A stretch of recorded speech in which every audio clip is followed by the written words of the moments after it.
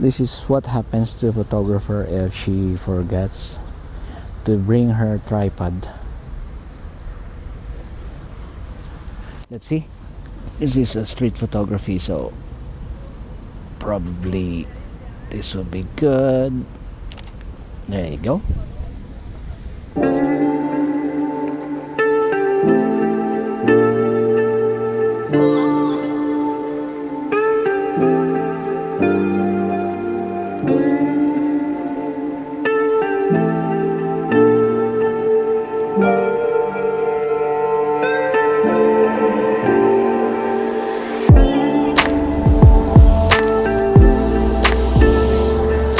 Lost here at Matsumoto Nagano, and we're doing a 6-month like review of what we like and what we don't like with the Fujifilm X-S10. So Matsumoto Castle is a 15th century castle. It's a type of a castle that is actually rare because it's built on the plains. Most of the castles here in Japan are built on top of a hill for security reasons, but this one is built in the middle of the city on a really flat plateau, and it's really interesting.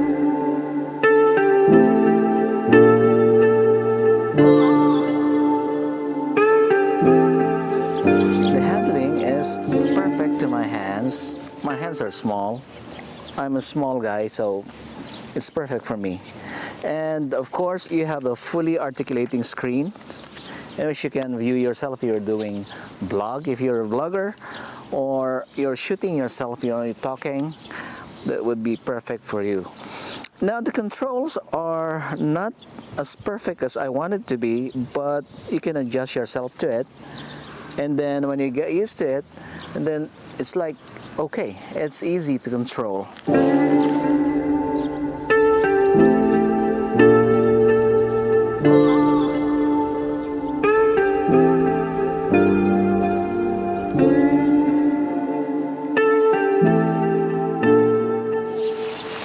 For street photography, this camera is perfect, I believe, because of its handling and the lightness of the body. And of course, coupled with the kit lens, it's quite nice. You can go, don't need anything more. But the problem is, when you're using it for videos, you might need a spare battery because the battery dies out really quickly. There is a couple of koi fish here. Let's see if we can get a picture and using them as a foreground to the Matsumoto Castle there. I don't know if it will work, but let's try.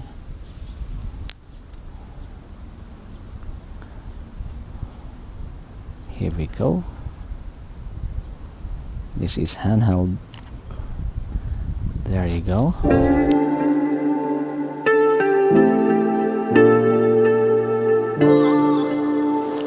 Let's talk about the display. It's good, but it's not great. Also, the EVF is quite good, but not great. You cannot expect so much on this price range, but if you are starting as a photo hobbyist, or you can even use this as a backup camera if you are doing professional works, I think it will be perfect.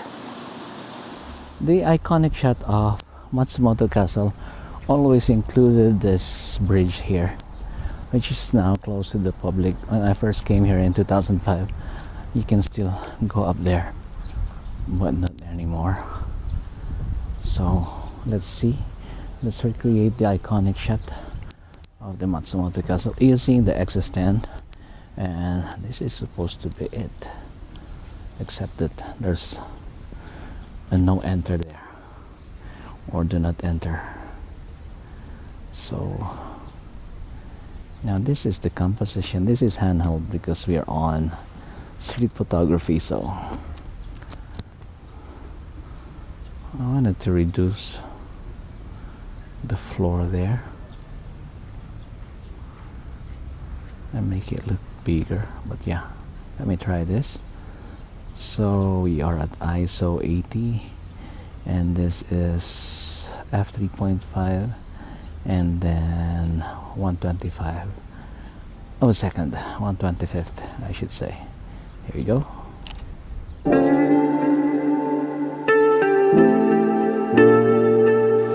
Now let's talk about lenses. Now if you are using the X-S10, you're open to all the X-mount lenses of the Fujifilm, and it is the most complete of all the APS-C lineup out there. The only problem is they're quite expensive.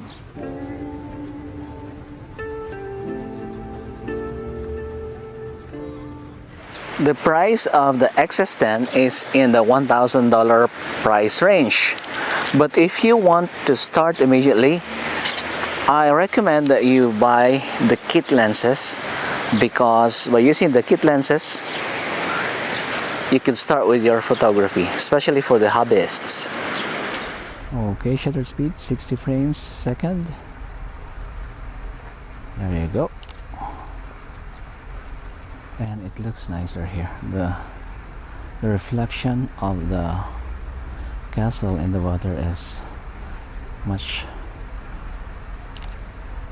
clearer here.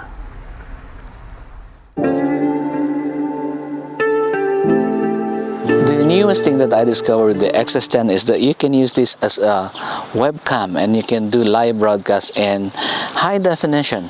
You can download the X Webcam app and then connect it with a USB to your computer, and with your broadcasting software, you can do a live broadcast with this.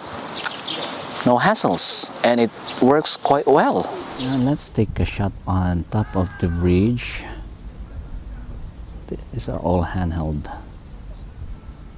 and it's supposed to work because of the stabilization, and that is it.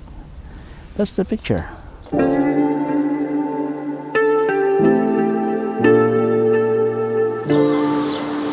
Now for the autofocusing system of the X-S10, it works, but it's not perfect. In the last winter, there was a time when we went to a snow area and we used the X-S10 to shoot videos and pictures. The autofocus was just a mess. It didn't find the subject quite well. So there is a problem there. And also, if you use the autofocus in the dark areas and low lighting condition, you will have a problem with it. But otherwise, you can use the autofocus perfectly well. Now the question is this the best camera for photo hobbyists? About doing it extremely close with flowers as the foreground. Let's see if we can bring out. There you go. Let's do it in a portrait orientation. Gotta get closer. And there it is. Here we go.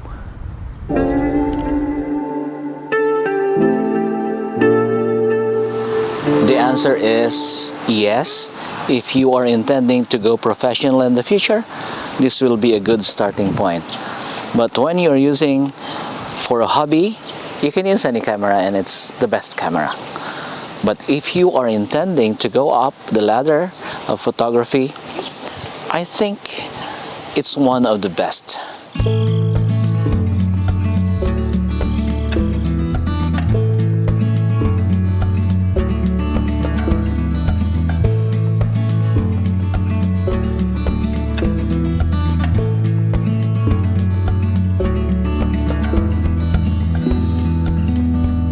So that is our 6-month assessment of the Fujifilm X-S10.